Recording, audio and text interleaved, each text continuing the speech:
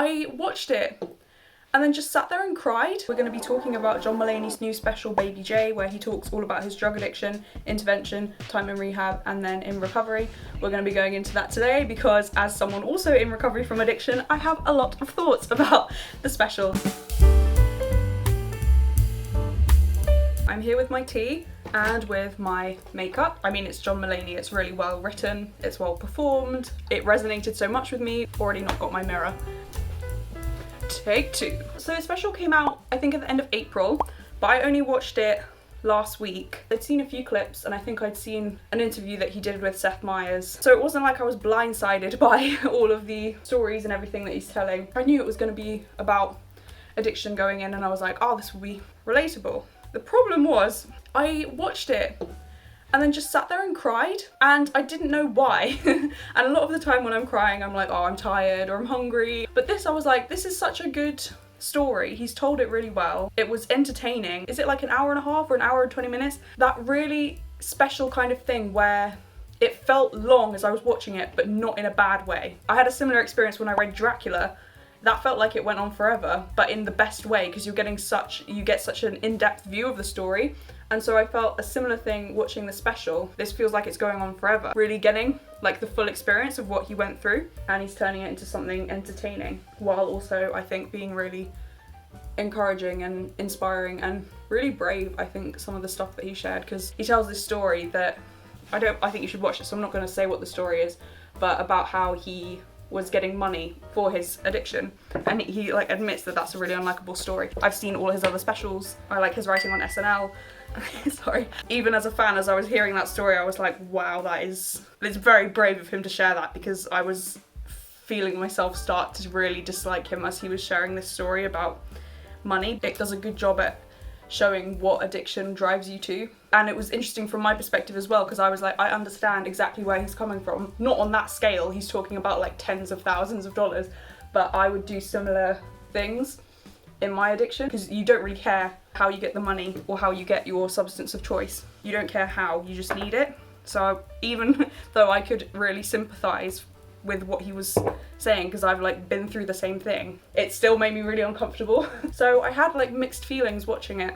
I wanted to talk about it straight away and I was like, I want to make a video about it, but I was like, no, I'm gonna leave it for a bit. Two things that stood out to me as I've been like trying to analyze why I had this reaction. First was about romanticization of addiction, and the second was about familiarity. It's really hard to, I guess, analyze this in any meaningful way, because it's not like a conversation, it's just something that you're watching on the screen. But in conversations that I've had with other people in recovery, you have to be very aware that you're not romanticizing the time when you drank or used. It's a really fine balance that you need to strike between acknowledging that at one point your substance played a role in your life and helped you function, but also realizing it doesn't anymore and it can never be that way again. So you have to be careful of the romanticization, and in the special it just seems like he's describing all of this chaos. It's a really subtle thing, but just the way he's talking about it, it made me uncomfortable as someone in recovery. You can reflect on the good times without making it seem like you want to go back there, the same way that you can look back at like past friendships or past relationships, and you can appreciate the good moments and the good memories that you have, but you're not pining because you know for whatever reason, or they moved away or it just didn't work out, and you know that you can't go back.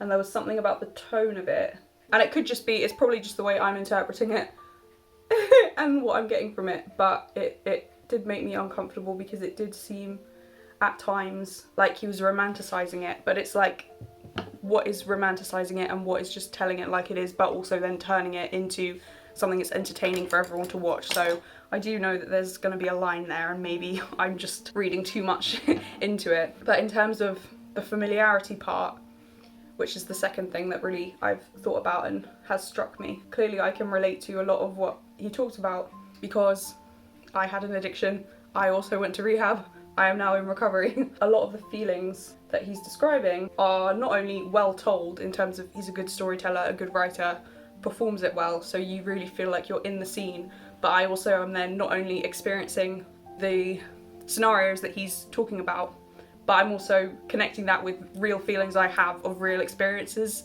that are very similar to the ones that he's describing. That familiarity also made it quite uncomfortable, which I guess maybe I should have expected going into it. But that's the other thing, like I'm used to talking about this, like I'm used all the time hearing people talk about their addictions, because the way we heal is we talk about these things and process them. So I was like, oh, this will just be kind of like going to a meeting.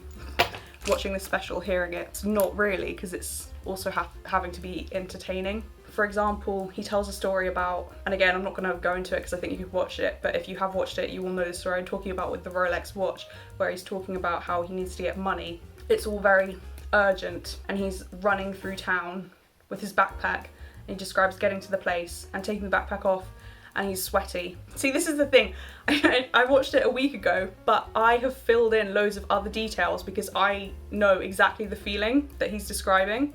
That whole story really struck me because I was like, I know that feeling. Like I have had that experience, and that feeling was so powerful. I don't know why I feel self-conscious talking about it.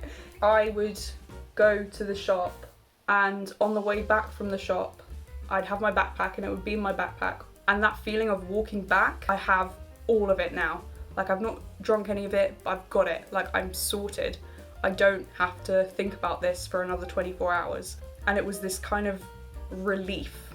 So the best part was almost the walk back. And so that feeling was what I was thinking of when he's describing running through New York to get his money so that he can buy drugs. It's not exactly the same feeling, but I mean, I think the other thing is he doesn't spend that much time on his recovery. Like anytime, see, but this is it's like you're not entitled to that, and maybe it's not as entertaining, or it has as much like shock value as all of the other things that he talks about. Like I do have to remember the context of a comedy special. The same if we're talking about romanticising your experience, your drug/alcohol experience. Well, alcohol is a drug, one that everybody uses. I'm used to when people talk about their addiction or their past experience, I'm used to having a what we were like and then what we're like now, and having almost more emphasis on what we're like now, because that's the miraculous part. It's like, look at how awful it used to be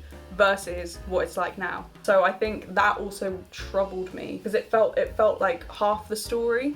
He does talk about, like, he has a son, like a young son, so it's like, oh, I'm seeing the world through his eyes again. But I think the runtime of all of the drug stories versus what it's like now, and again, maybe it's just to do with the fact that that's what he felt comfortable sharing, because that's the other thing. If I'm thinking, oh, this is really romanticized, but it's like I don't talk about things until I've processed them, so it's not like romanticizing it because he wouldn't be talking about it if it was still a problem. Don't know if any of this is making any sense.